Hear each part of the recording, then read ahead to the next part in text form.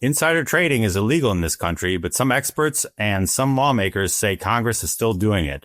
Mark Strichurst looked into it. He's the investigative reporter at the Center Square, covering D.C. and the Northeast, and I'm investigative editor at the Center Square. Mark, what did you find when you looked into some of the lawmakers who decided to dump stock right before the announcement that Tylenol might cause autism?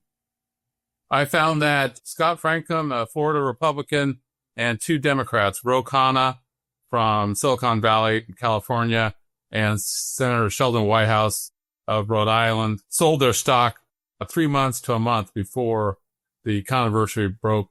The Trump administration's announcement that there is a connection, there is a link between the use of Tylenol by pregnant mothers as well as autism.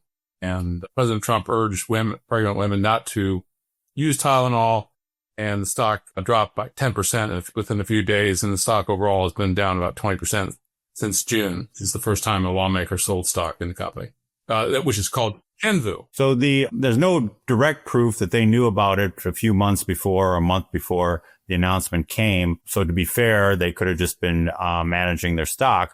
But you found that most advisors had said before the announcement to hold on to that stock, and the fact that one of the lawmakers serves on a key committee. Tell us about that. Right.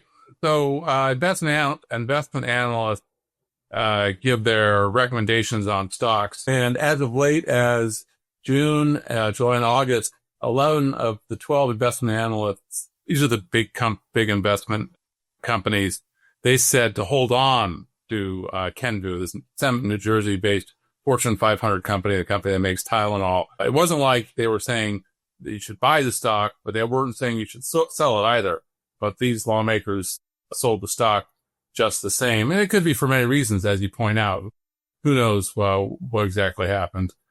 But it does raise questions because lawmakers have access to information that most ordinary people don't, as far as when they were on the legislation, meeting with lobbyists, and even constituents. So that could have happened too. So one of the lawmakers that you highlighted serves on a key committee. Yeah, so Scott Franklin, this Florida Republican, he is the vice chairman of a subcommittee that oversees the budget of the Food and Drug Administration, the federal agency that oversees Tylenol. It's kind of like oversight of oversight. But so if anyone has access to information about Tylenol, he would be one of them. Maybe not the main person, but he'd be up there. Okay. Well, just again, to reiterate, we don't know if anything happened, but the timing is somewhat suspicious according to experts you talked to. What is the issue? Because for years, there wasn't even a prohibition. Then there was a law that was passed a few years ago, and now there's another law coming up. Tell us about the legislative debate and the legislative comings of the trying to prevent people from insider trading in Congress. Right. Well, it's a three-step process. It's a bit of a correction of what you said. In 1978, Congress passed the Ethics and Disclosure Act, which required members to report stocks within a year, within each year that they made the purchases or sales or exchanges. And then 2012, there was a Stock Act that came in, Stop Trading on Congressional Knowledge Act, which President Obama signed into law, and that requires that members report within 30 to 45 days.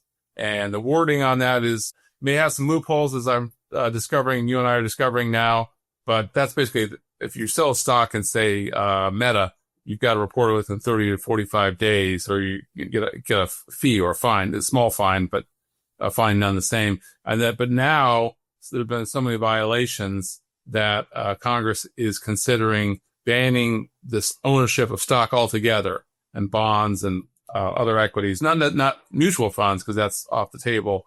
But Americans have said strongly in polls, as recently as 86% in a University of Maryland poll, I believe from last year, that they do want members should not be able to even trade, even sell, buy, or exchange stocks in which they, as a member of the Congress. If they do that, they should have a blind trust, for example. You trade mutual funds, as I mentioned. And so, there's been a lot of controversy that some lawmakers are beating hedge funds every year by a huge percentage. I think the average person who looks at their stock portfolio says, I'm trading on public information. What's the impact to taxpayers and to voters? Why are they going to be upset about this kind of stuff? I think everybody was wide agreement, maybe outside Congress, most of all, that it just makes Congress look bad, that they have access to private information that you and I don't have, and that they're able to make money from it. And some lawmakers, like Dan Crenshaw, a Texas Republican, has reportedly said in a podcast that trading stocks is one of the best ways that members can improve themselves. So that just makes Congress look corrupt.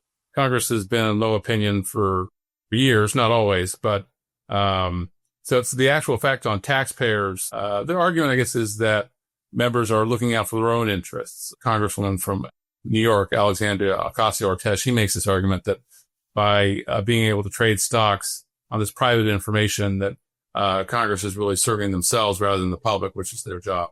Well, Mark recently joined the Center Square, and this is his first story, but I think he's going to be spending a lot of time looking at these disclosures and figuring out what these lawmakers are doing with their stock, whether they're reporting them properly, and whether they are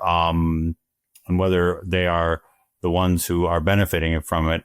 Look at his story. It's called Congressional Conflicts on the Center Square, and keep on it and join us again for this podcast.